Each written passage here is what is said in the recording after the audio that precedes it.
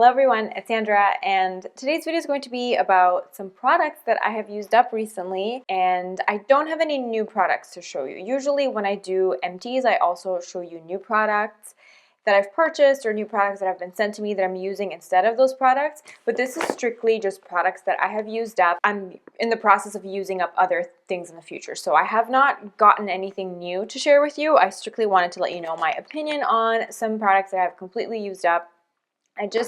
I love watching empties videos. I don't know about you, but I feel like when you have finally completely used up a product, then you are able to truly give quality advice regarding the product. So I just wanted to mention my lipstick. I'm still doing my October wearing red lipstick challenge. I have shared when I can remember to do it, I do a little selfie on Insta stories and I put it up and I let you know what lipstick I'm wearing. So make sure you follow me on Instagram if you care about my red lipstick ventures. I'm wearing MAC Lady Danger today. MAC does so many great reds and they have such a beautiful selection of colors, but Lady Danger is my kind of red. I love me an orangey red, beautiful matte texture. Doesn't wear as well as some of the other red lipsticks in my collection, but I love the name, I love the color, so I'm very emotionally attached to this lipstick. Let's get into the empties. I'm going to start with makeup wipes. Now these are not recent makeup wipe empties, these are makeup empties from the last year and a half. The only time I really use them now is if I'm doing a lot of lip swatches, for example, if I'm doing them for a blog post or just as a point of reference when I'm talking about a product. And there are some that are biodegradable. I'm going to be navigating more sustainable wipe options, but they are very convenient if you are, doing a lot of beauty swatching and just for general cleanup. I like to mix a lot of foundations and products and stuff. I use the back of my hand as a little palette, so it's always handy to have one of these on hand to kind of wipe it off. For what it's worth, with these ones, I really did not enjoy these. These are the Burt's Bees Cucumber and Sage ones. I just did not enjoy the scent, and I found them to be not very effective at removing makeup. I kept having to aggressively scrub in order to get the makeup off. The Vichy ones were nice. They were very, very wet, which was nice because they had enough product to help soak up whatever makeup I was trying to wipe off. So I did enjoy these, but they are quite pricey and there are better options that I found at a lower price point. Same with the Bioderma ones. They are very nice, but these are not as good as just the straight up Bioderma micellar water. The micellar water with a cotton pad do a better job than these. I bought one and then I was sent the other one, but I probably would not repurchase these. Out of all the makeup wipes that I've tried, these have been my personal favorites. These are the Simple Micellar wipes. They have just the right balance of wetness. They never seemed irritating or drying. I even used these on my face a couple of times when I was in a bind and they worked really well. So these are the ones that have been my favorite out of all the ones that I've tried. I'm going to be letting you know if I find any really good sustainable options. If you have any in mind, please share them with me below and I'll give them a try. Next, I have some bath and body products here. I have two shower oils. I absolutely love shower oils, especially during the fall and winter. I find them really gentle. They obviously don't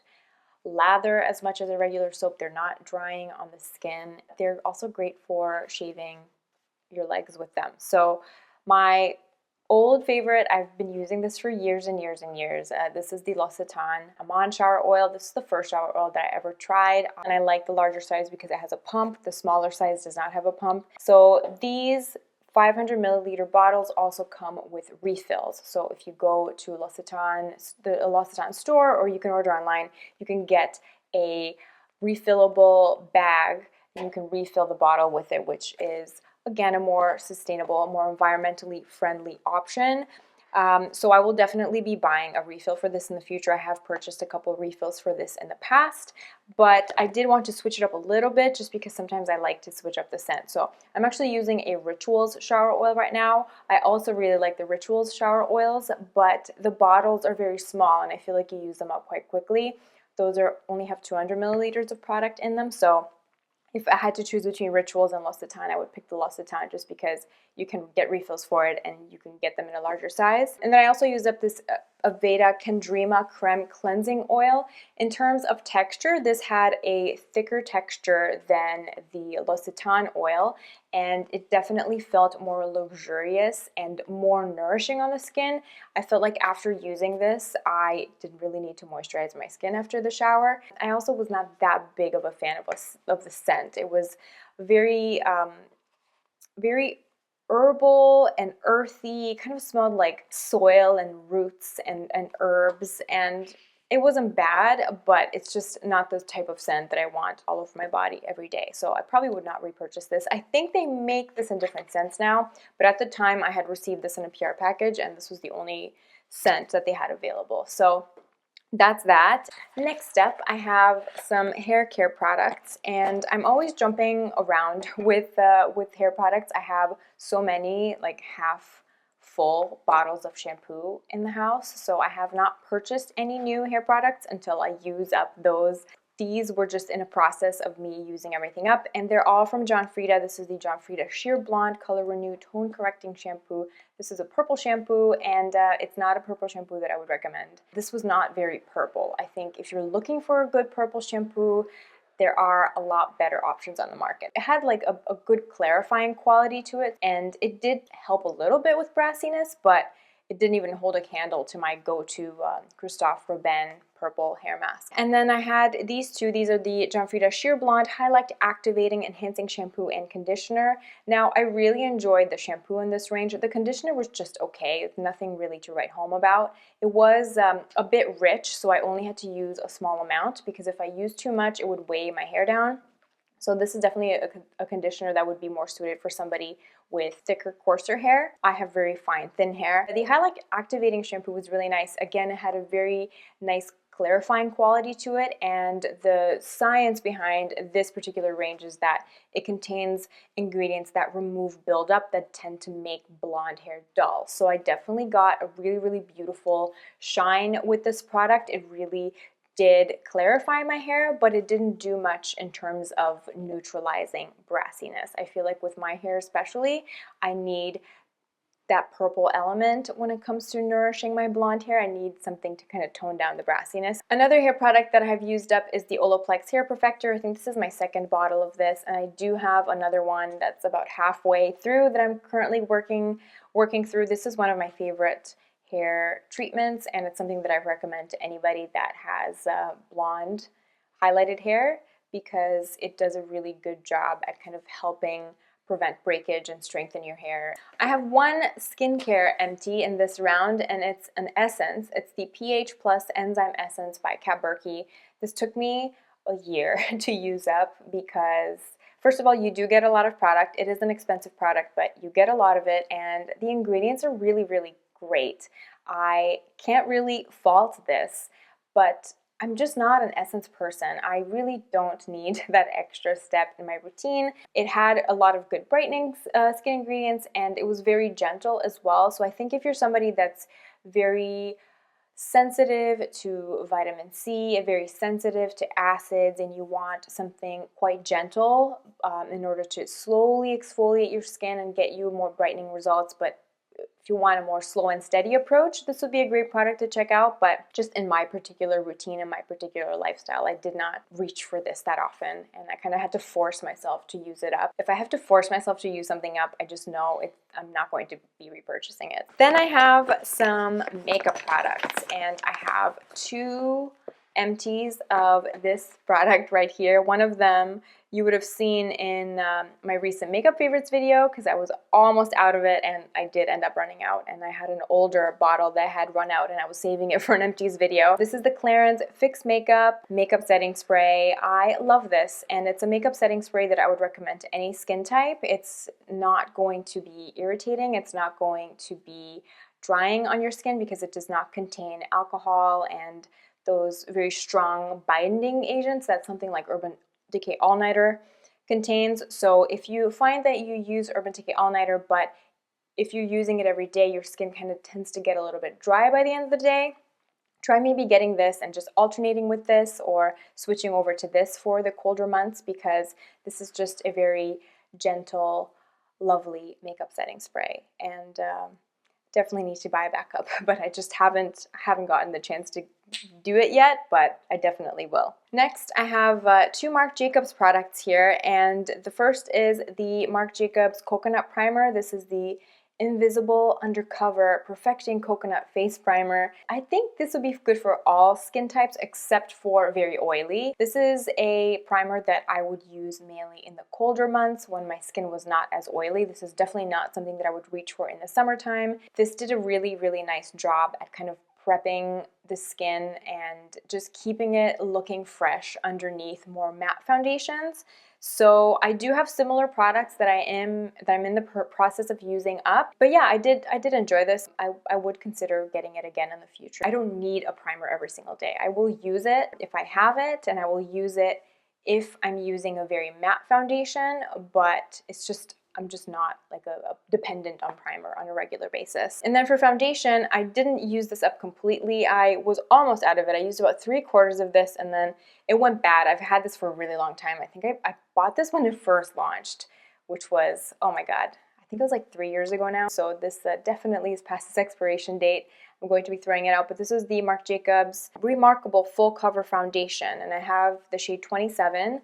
This is the most full coverage foundation that I have ever tried. I definitely was gravitating more towards full coverage, and I just wanted every inch of my skin to be covered up, so that's why this was a great product for me for a while. I definitely find myself gravitating towards lighter foundations now and just either pinpoint concealing as needed, or I just feel like I've grown more confident in my skin. I've also been getting a lot more results from my skincare routine. I'm more happy with my skin, so I don't feel like I need full coverage. But if you are a full coverage girl, you want really full coverage, this foundation is definitely worth checking out. This has more coverage than Estee Lauder Double Wear. This is Glossier Boy Brow in the shade Brown. This is good. I would definitely consider buying this in the future, but I am using the Colourpop brow gel right now, which I think is very, very similar. So if you are a dedicated boy brow user, and if you want to save some money, maybe order the Colourpop one and see how they compare. The Colourpop one is $6. It is definitely worth checking out the Colourpop one and see if you can make that work. I do find them very, very, very similar. The only difference that I can think of is the Glossier formula is a little bit drier. And I think if you have really long brow hairs and really unruly brow hairs, the Boy Brow will be better for you because it has a drier texture, so it will hold your brows up more if you have coarse, long brow hairs. But if you just have average brow hairs, you just need them to be in place just a little bit. You don't need anything too strong and heavy duty to hold them together. The Colourpop will be a good option because the Colourpop has a slightly thinner consistency. Then for the two products that I really did not like, I have the Soap & Glory Archery Volume Boost Brow Fiber Gel. This really did nothing for me, so I did not like that. And then the Maybelline Tattoo Studio Brow Tint Pen. So see how it's like a highlighter? It's got that angled applicator, but it has 3 notches in it.